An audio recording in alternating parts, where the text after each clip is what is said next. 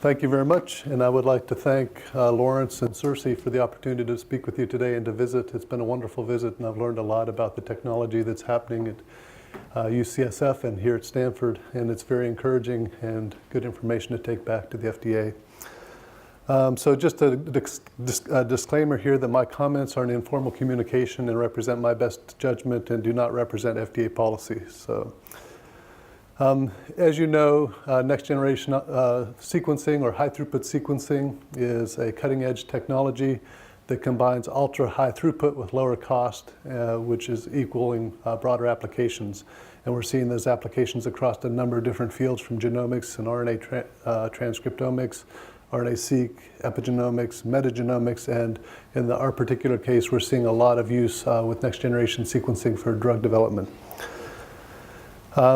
Just to give you an idea of some of the submissions that we've seen at FDA, some of the different centers. For example, CFSAN is using high-throughput sequencing to identify pathogens causing foodborne outbreaks. The Center for Veterinary Medicine is using whole genome sequencing to monitor antibacterial resistance. CDER uses next-generation sequencing for a number of applications, including vaccine safety. And the Center for Devices is using it for also a number of things, general oversight approaches for high-throughput sequencing-based tests and germline and somatic applications, enhanced microbial sequence quality, et cetera, et cetera. In the division, I'm in the Center for Drug Evaluation and Research in the Division of Antiviral Products. And so the use cases that I'm most familiar with are viral resistance analysis, looking at drug durability issues. It's also been used for viral tropism analysis, detection of adventitious agents in viral isolates. This is particularly important when you're thinking about the animal rule and what the challenge virus is and how pure it is. But there are a number of other potential uses that are on the radar and that are being discussed. A lot of this is being discussed at the Genomics Working Group at the FDA level, which has representatives from each of these different centers who get together once a month to discuss some of the high-level issues related to high-throughput sequencing. So in the division, in the review work that I do, I'm focusing on viral resistance as a biomarker.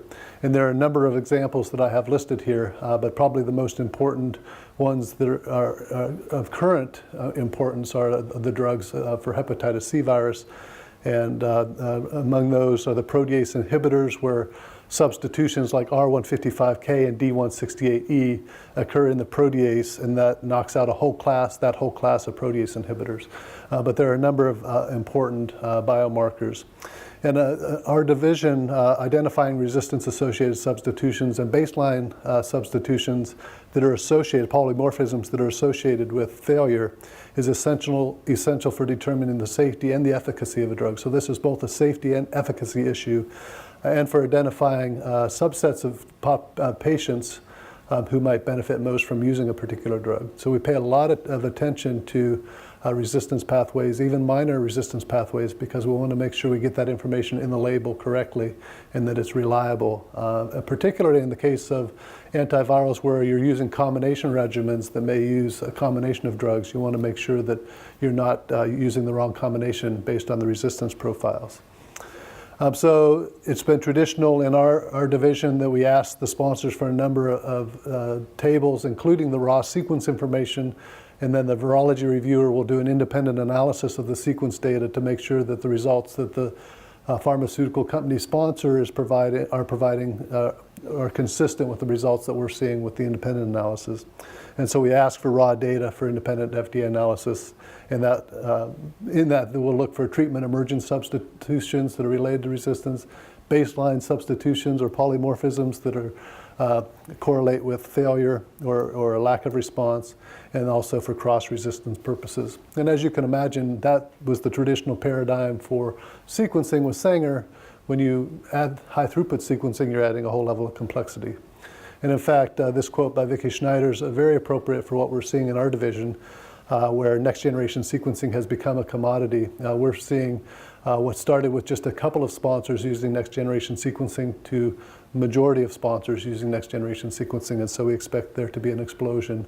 And we believe what's driving that is this chart that has the two red boxes that are highlighting the difference in cost between Illumina, which is 5 cents to 15 cents per million base pairs, versus Sanger, which is $2,400. So it's a matter of cost. And that's why sponsors like high throughput sequencing. Why we like high throughput sequencing is it gives you a much deeper look into what's happening at the viral level.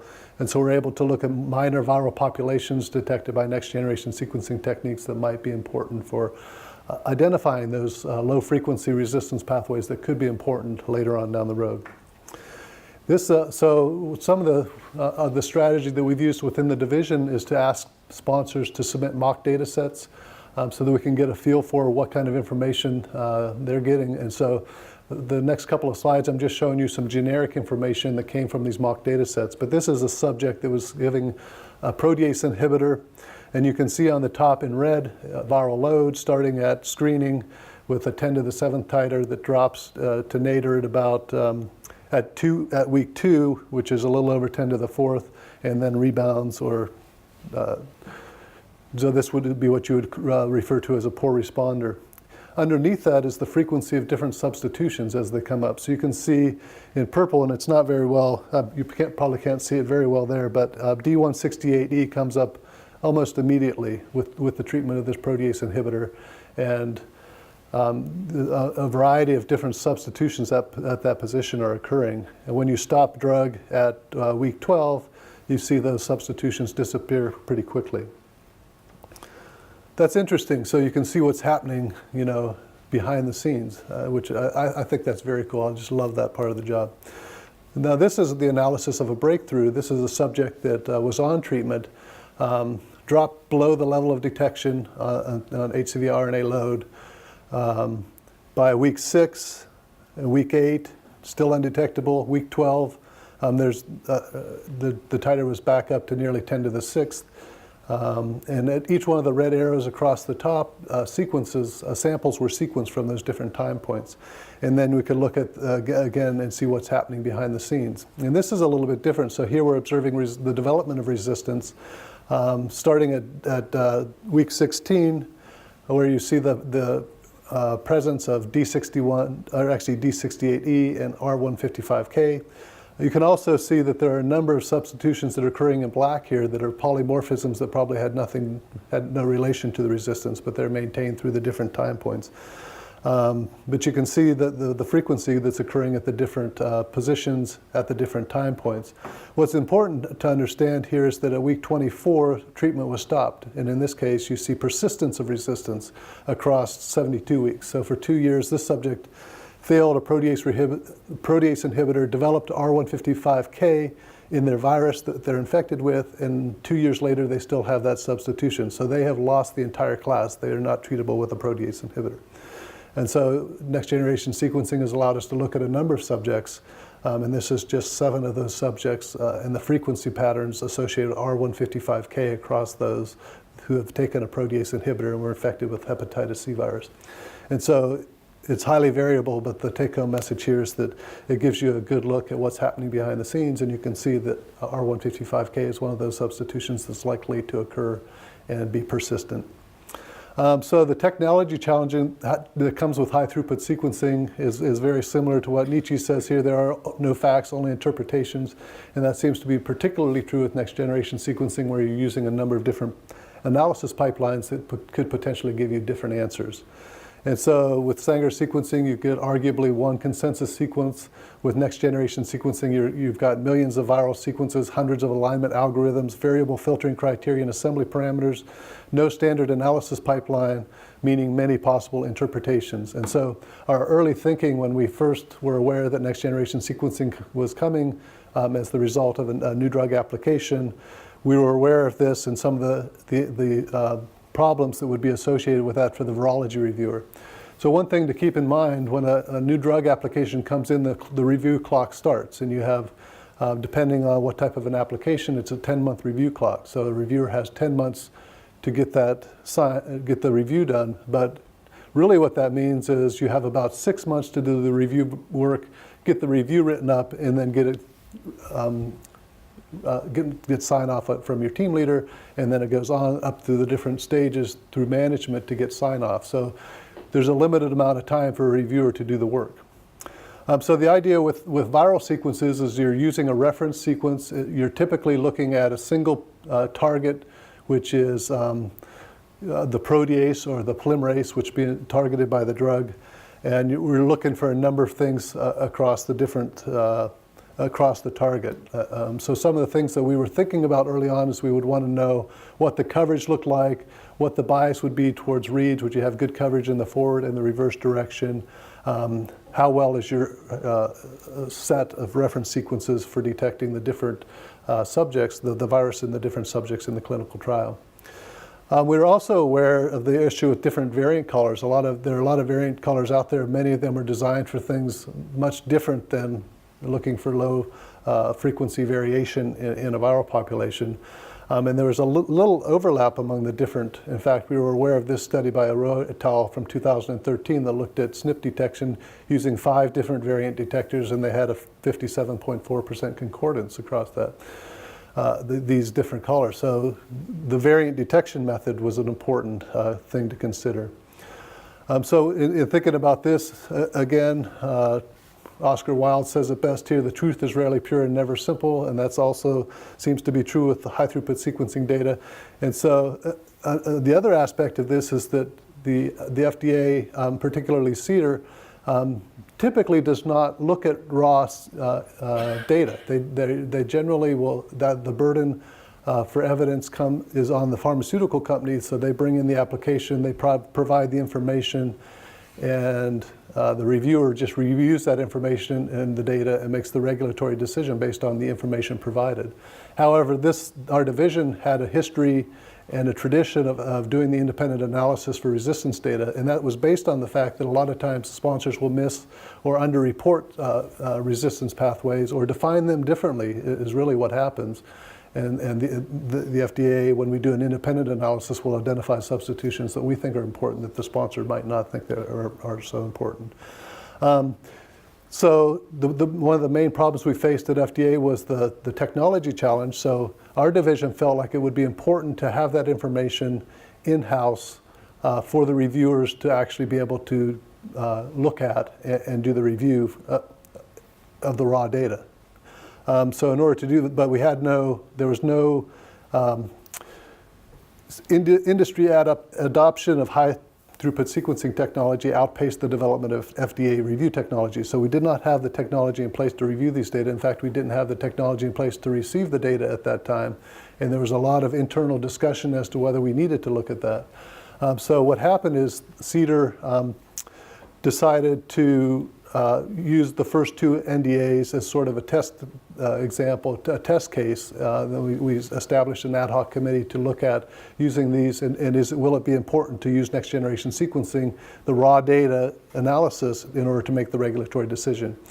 So at the time, there was no capability to review these data or analyze them, and there was no business process for transferring and storing the data, and there was no resources actually to store the data. So these are extremely large data sets of about 1 terabyte each for each submission, and so there was some discussion about how would we even store that with the regulatory restriction that data that comes in with a new drug application has to be stored for up to 30 years. And so how are we going to store these data long term? And so this became the data analysis challenge that we discussed, and the challenges that I just mentioned were addressed by working. So our division of Antiviral Products teamed up with the CDER Computational Sciences Center to develop the solution in an 8 to 10 week time frame. This process started after the NDA had come in-house, so the review clock was running. This required significant resources from the the Computational Science Center, and required support from the CDRH, supercomputer resources, and CBER's Hive that we heard a little bit about. And I think this was a pretty phenomenal situation, because we had 3 centers working together collaboratively while the review clock was running to solve a problem that I would call an emerging technology problem. And so this was kind of an unprecedented thing, and it really came together really well, and the resources were there. And I think that shows the commitment that the FDA is really committed to solving these types of problems and making sure that the right tools are in place. So these were some of the questions that we wanted to know about next-generation sequencing data from a clinical trial. So we wanted to know information about the experimental design. What exactly is being sequenced? Is the target amplified? Is it multiplexed? Are there minor variants preserved? Are there experimental artifacts? For the data analysis, how are the data being analyzed? Are the results robust? What programs or parameters are being used? For the regulatory review, what data are necessary to make that regulatory decision? Do we really need to dig? And that's a question that we got from upper management. Do you really need to look into the next generation sequencing data? And are summary data from one analysis pipeline sufficient? We felt like the information that we had gathered from doing literature search and from previous experience is that the analysis results from one pipeline is not sufficient to make a regulatory decision. And so then there were other issues along the lines of data transfer and storage and data confidentiality regarding how will we receive these data, how will we store these data, how will we keep these data confidential for the entire life cycle of the application. And so the virology team felt like these were the main reasons why we needed to request the raw sequence data. And that was for sequence validation, to assess assembly accuracy, to do the independent analysis to see if we could generate the same information and compare it to the sponsors to see if there was concordance or if there was issues. And the idea to validate the data interpreted via the novel analysis pipeline. So we've seen that every sponsor has a different approach, a different analysis pipeline, and many of them include proprietary scripts that they use internally that are not made available. And so we're very curious about reproducibility and if you could get the same results from different analysis pipelines. The idea would be to develop a standard data analysis pipeline for submissions to our division, but I don't know how realistic that goal is.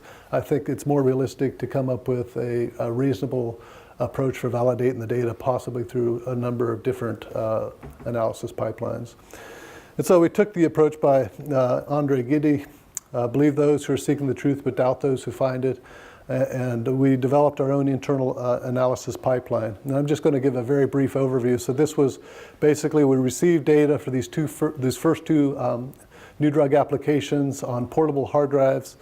Those were then placed onto a high throughput computer, and the CLC Genomics Workbench was used to assemble, basically to generate the assemblies, by mapping them to a reference, assessing the mapping quality, determine consensus, and calling variants using two different variant calling systems within the CLC Genomics Workbench, the probabilistic and the quality-based methods. And then we used Excel macros and a variety of internal tools to create the same frequency tables and the information that the sponsor provided. And this was applied to the review of the drug sofosbuvir, which is a nucleotide chain terminator. So it basically is an inhibitor of the polymerase. It gets incorporated into the nascent RNA chain and prevents elongation of the chain. And so I just will give a very brief overview of hepatitis C in the United States. There are 7 genotypes, 1 through 7, and over 50 subtypes. The most common in the United States are genotype 1A, which is approximately 57%, genotype 1B, 17%, genotypes 2 and 3 comprise 22%. And these statistics are a little bit out of date from a couple of years ago, but approximately 3.2 million persons in the US have chronic HCV infection. It's the leading cause of liver transplantation, and infection is most prevalent among the baby boomers. In 2007, the CDC estimated that there are 17,000 new infections in the US each year, with 15,000 deaths caused by HCV. So sofosbuvir is, like I said, an NS5B, which is the polymerase protein of the virus, a nucleotide analog polymerase inhibitor. It's a prodrug that is metabolized to generate an active nucleoside triphosphate, and so it gets incorporated into the nascent chain, as I mentioned, and leads to chain termination.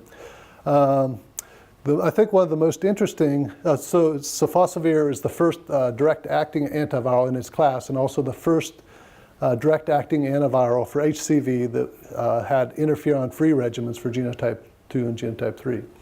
And sofosbuvir got a lot of press early on and in the early clinical trials as being associated with no resistance. So the sponsor was making the claim that there was no resistance detected. This was primarily based on the fact that in their cell culture studies, they saw S282T emerge as a resistance-associated substitution, and they saw very little S282T arise in the clinical trials. And so that led to the conclusion that there was no resistance detected. So when we did the review of sofosbuvir, our goal was to determine if there were any baseline polymorphisms, any treatment-emergent amino acid substitutions, and again, any resistance-associated substitutions of sofosbuvir that could confer cross-resistance to other HCV drugs. So to make a long story short, I would say that probably, I would guess that there's 99% concordance between the results that they presented and the results that we got with our independent analysis. It was pretty remarkable that most everything that they detected, we detected, and vice versa. There were several resistance-associated substitutions that were of interest that were identified through this independent analysis, and that included L159F, which was present in 13 subjects who failed, E341D, which emerged in 13 subjects who failed, C316N, H, or F, which was present at baseline in 10 subjects who were poor responders or who were late relapsers, V321A, who emerged in 5 subjects who failed, and the S282T or R that was detected in cell culture only showed up in a couple of subjects. So to add a little more information about these substitutions and where they occurred, we did some structural bioinformatics to identify where these substitutions were occurring in context of the active site of the polymerase. So this is the NS5B polymerase 3D structure showing where the RNA template and the nascent double-stranded RNA strand come in and out, and where the incoming NTPs come. If you rotate this structure upward 90 degrees, you can see the active site, which is a GDD active site with a D220.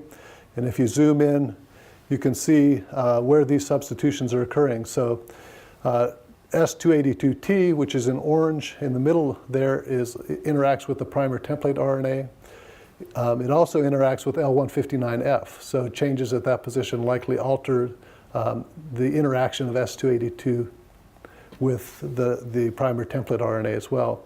The other substitutions were occurring on beta sheets that were proximal with amino acids that were proximal to the catalytic triad. And so you have 316, which is interacting or close enough to interact with D319, V321, which is on the beta sheet with D319, and L320 is also on that same beta sheet.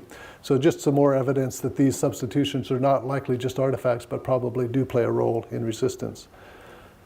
However, I would say that sofosbuvir is a very powerful drug, and it's a very good drug, and it has a very high barrier to resistance. And so these are, in many cases, if you do retreatment with subjects who have virus with these substitutions present for longer durations, you can overcome that, and those patients will have a sustained virologic response.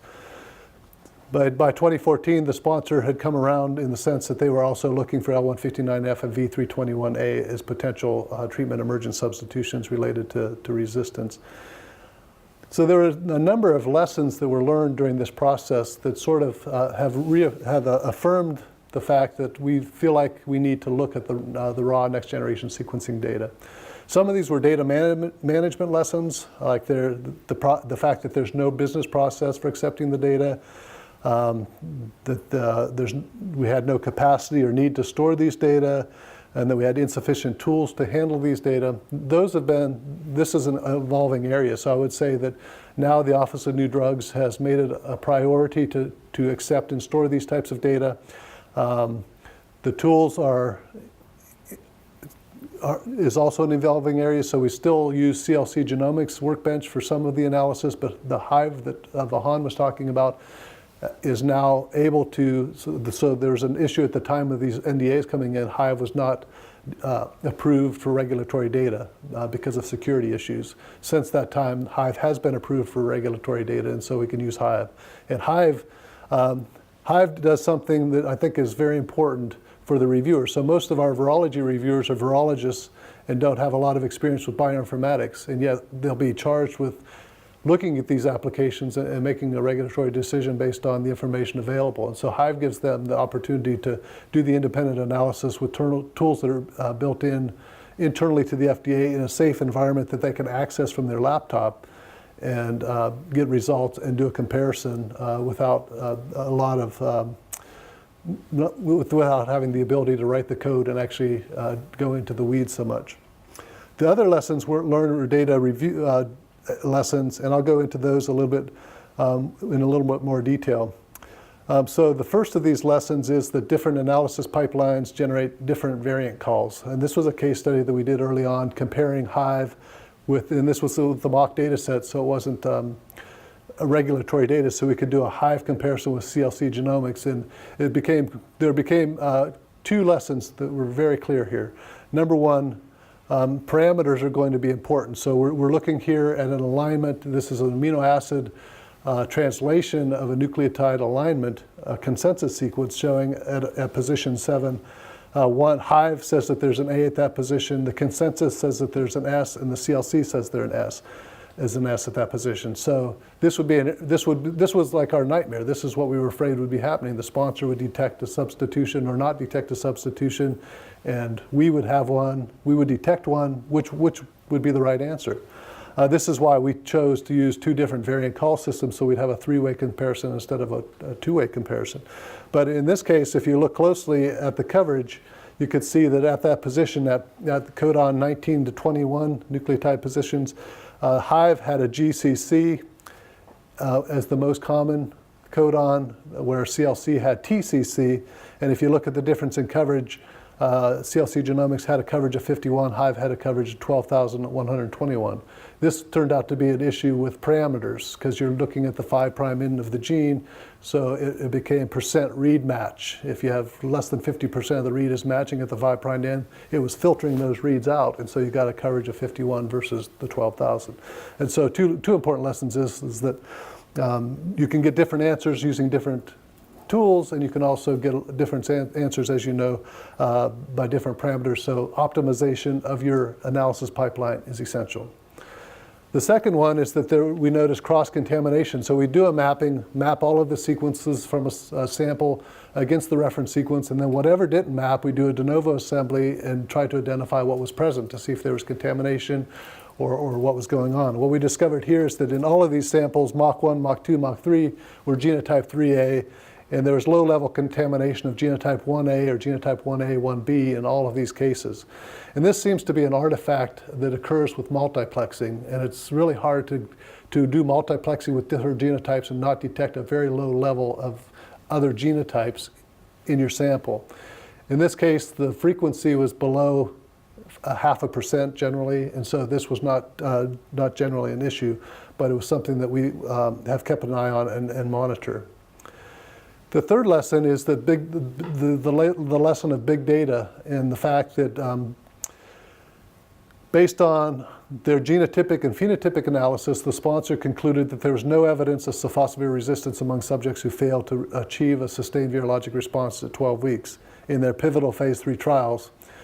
What's interesting is that all of the substitutions that we identified were in the sponsor's data set. So it wasn't like we identified L159F and that was novel. And no, we just, through our analysis pipeline, we detected it. And then when I went back and looked, it was in their data sets, but there's 2,182 pages of tables, and it's present and detectable, but it wasn't highlighted because the sponsor wasn't looking for it. The sponsor was looking for S282T.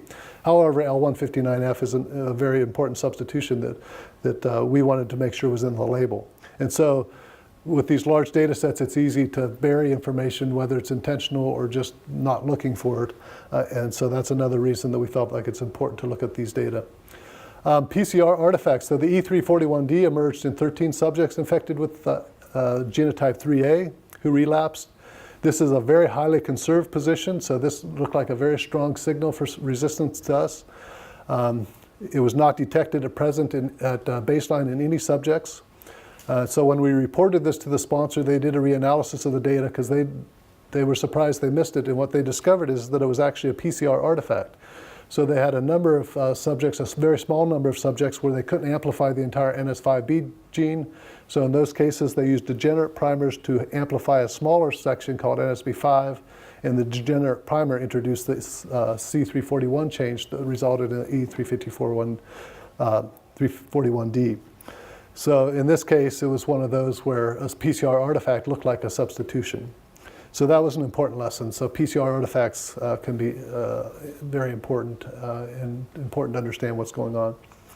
And then the idea, I kind of gave away this already, but the L159F and other substitutions, there were new resistance pathways that became highlighted in the way that we did the analysis. So we're looking at things a little bit differently than the sponsor, and so this information became very clear to us when we're doing the independent analysis.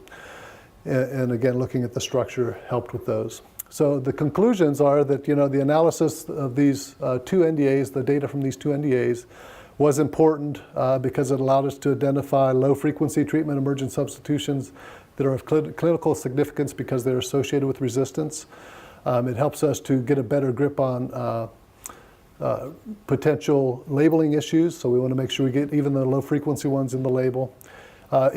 We were able to see cross-contamination of clinical samples at a very low level, RT-PCR artifacts, confounded interpretations of the resistance data.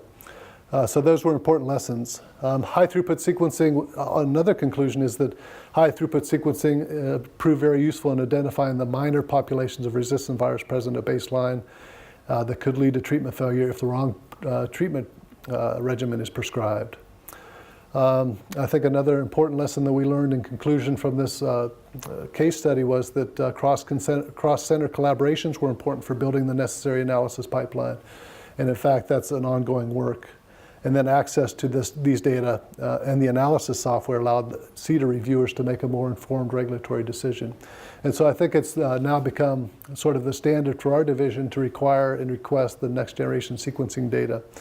Along the lines of the tools, so there's still a number of unmet needs. These are evolving, and I would say that there are a lot of FDA resources and talent being focused on these areas, and that's secure data transfer, long-term storage for regulatory submissions. And as I mentioned, our office has a business process in place in CDER. The large and complex data sets are now able to be transferred and stored and are archived along with all of the other information from an NDA. We're constantly moving towards the lines of a more refined high-throughput analysis pipeline that uses a variety of analysis packages. So I mentioned working with CLC Genomics Workbench. The reason that we use that tool is because it was one of the most comprehensive tools available at the time. The other issue is that we don't have, other than Vahan, who's working in the CBER with a lot of research scientists, in CDER we don't have a lot of expertise. We don't have the research facilities or professionals to do the types of work that Vahan's doing. So the collaboration with CBER was necessary to get the tools in place. But we didn't have that. The review clock was running, and so CLC Genomics was the best option for us at the time. Then there was specific software tools for reformatting these data have now been developed in Hive, and so Hive is becoming a powerful tool for doing these analyses in the future. And Hive and Vahan already, I was going to give an introduction to, I was originally going to give the talk first and give a little introduction to Hive, but Vahan has done that already. So I'll just say that Hive is important, and we've used Hive on a number of regulatory submissions now. And the beauty of Hive is you have a team of scientists and programmers that can address your needs. So if there's a specific need for a reviewer in the Division of Antiviral Products, you want to see the data in a particular way, it's easy to go to Vahan and find a solution for that.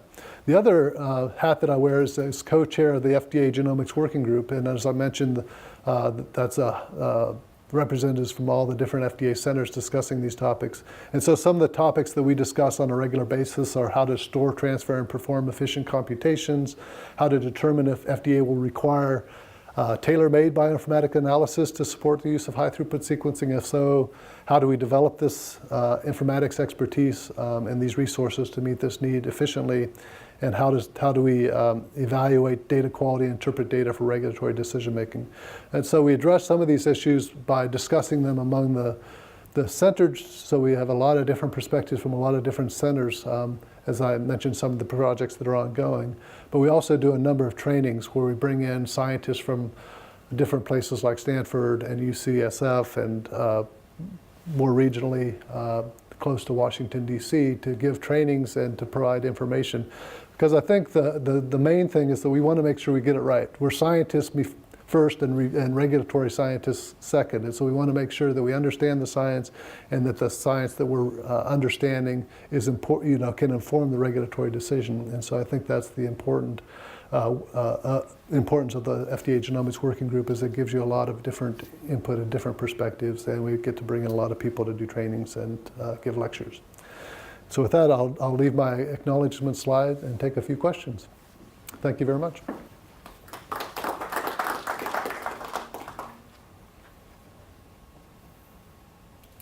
Yes? On one of your slides, you compared and contrasted like the CLC workbench with Hive results. Yes. It sounded from the previous presentation that Hive was sort of a generic platform that you could run any sort of alignment and variant calling pipeline on top of. Yes. Is that true? Like, could you have just done the CLC pipeline on the Hive platform? Yeah, so I know that Hive is working to integrate CLC, but Hive has a number of different algorithms. So the one that I showed you was actually Hive Hexagon, their algorithm that they use for alignments. But that's one of the beauties of Hive, is you can actually use a number of different, so you can use Bowtie or your favorite one. He has 6 or 8 different algorithms. And I think the beauty and where I'd like to go with Hive, with the high throughput or the high performance capabilities of Hive, you could be able to run these through a couple of different pipelines and compare the results and get the output to compare to the sponsors. And so I think that would be very valuable, because until we get an idea of what, I think the main message is when a sponsor submits a data table with a summary of the results, how do I know it's real? Especially in the context of next generation sequencing, where you have all the variation and all the different parameterization in the different pipelines. It's really difficult without a standardization. So that's kind of the goal and what we're interested in doing. Other questions or comments? Yes. So I apologize, I walked in and out, but did you touch upon the Precision FDA and its relationship to Hive? No, we haven't talked on Precision FDA. So I'm only vaguely familiar with Precision FDA. What I know about it is that it's a platform that's organized by FDA, and it is basically a tool that allows different analysis pipelines to do a comparison of their results.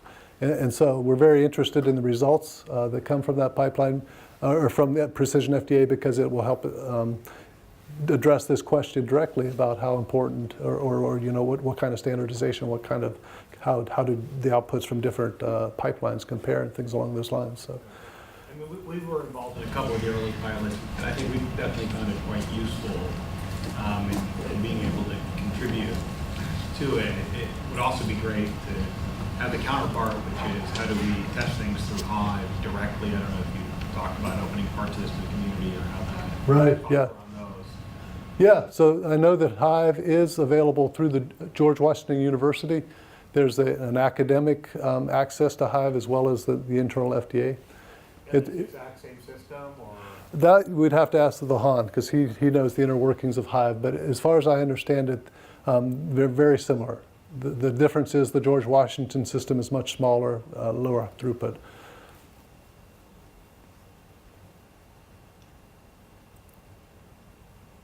Any other questions? All right. Excellent. Well, thank you very much for your time and attention. And we're always looking for input. So if you have any information or any ideas to share, I'd be happy to hear them. Thank you.